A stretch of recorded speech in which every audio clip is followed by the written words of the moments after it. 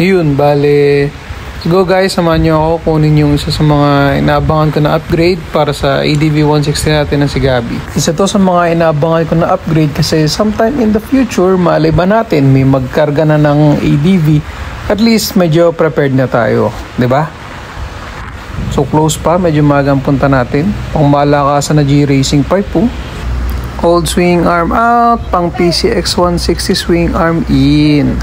Kasi yung pipe natin pang PCX 160. So dito tayo sa arc speed, dito tayo nakascore. Ito ang pipe natin. CRP power pipe pang PCX 160. Ayan. Ganito siya kaganda oh. Damn. Solid yung tunog. So auto check bago tayo nagpalit ng stock pipe natin. So ito tingnan natin yung magiging mileage niya, fuel efficiency check kapag naka power pipe na. So papansin natin ayun nakakabit yung mga bolts niya talaga. Ito siya sa low RPM. Grabe. Sobrang solid ng tunog. Naka full open nga pala to kasi gusto mo nating matest kung ano ba yung tunog niya sa stock engine ng ADV 160. Pero definitely yan solid. Ito naman at high RPM. Yan grabe. At saka ewan ko kasi usually pag nagpapalit ka ng power pipe may gain naman talaga, pero hindi kasi siya sobrang noticeable.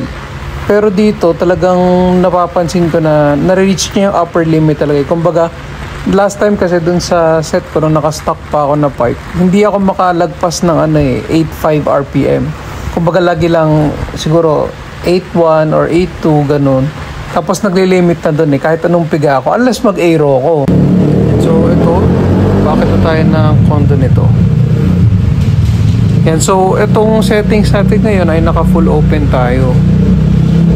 Kasi gusto natin matesting paano ba or ano ba ang tunog niya kapag stock engine pa lang. Pero syempre naka full CVT set na ulit. Grabe, ang gwapo ng tunog. In my opinion, sa mga tropa ko naman na naka dual tip, naka JVT na shark tip, kumbaga at least ito para sa stock engine, medyo nagkakaroon siya ng ingay na maganda in a good way. Pero yun, ang kinaganda naman kasi dito sa CRP na to, adjustable siya, which means kunwari may pupuntahan kayo ng mga exclusive na village na hindi pwede masyadong maingay, at least ma-adjust nyo siya. Similar siya sa version 3 na JV, pero parang mas buo lang talaga, mas brusco yung tunog nito kaya sobrang solid. Ganda, isa to sa mga highly rated na pipes, power pipes, especially for stock engine. And also in terms of performance, may improvement din talaga.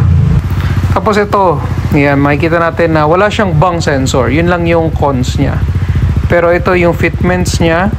Yan, so CRP. Kaya natin ginamit yung pang PCX na swing arm yan para magkasya yung 3 bolts. Kasi normally pag pang ADV na swing arm yung gagamitin mo, yung bolt lang sa taas yung nakakabit. Itong mga nasa baba, wala to. Kaya baka pag nalubak ka, may chance na matanggal. Then ito naman yung free wheel check niya kasi naka pang PCX 160 tayo na swing arm.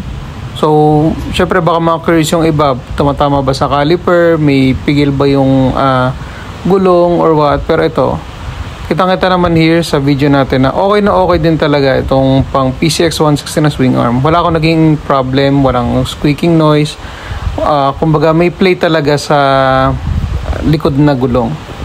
Tapos ayan, ito lang yung magiging problem, kumbaga yung fittings nung pinaka-hose. Kasi sa stock na ADV 160, meron talaga mga specific na kabitan or dinadaanan talaga yung mga brake hose natin na yan.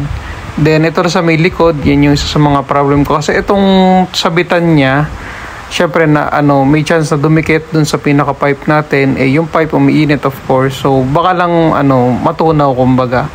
So mag-isip pa tayo ng way paano to ma-put in place para mas maganda pa yung fittings niya. Pero so far, so good naman. Nagamit ko na din siya. So, ayan, kaya medyo ano siya medyo madumi kasi ginamit ko siya pang biyahe kanina. So far wala naman ako na-encounter na problem. Kumbaga, hindi lang talaga maganda din tignan pag ganyan yung positioning ng ng mga hose. So, ayan, may oxygen sensor, iwas sa check engine. So, yun yung pinaka last muna sa phase 1 ng upgrades natin para kay Gabi.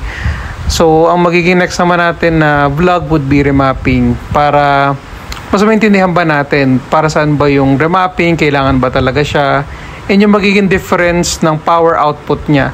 Kasi ako, nagtotono na ako So, kumbaga, at least may baseline na ako. Gusto ko lang makita kung malaki ba ang magiging improvement pag nagpa-remap tayo. So, ayun, abangan natin sa mga next videos pa natin. Salamat!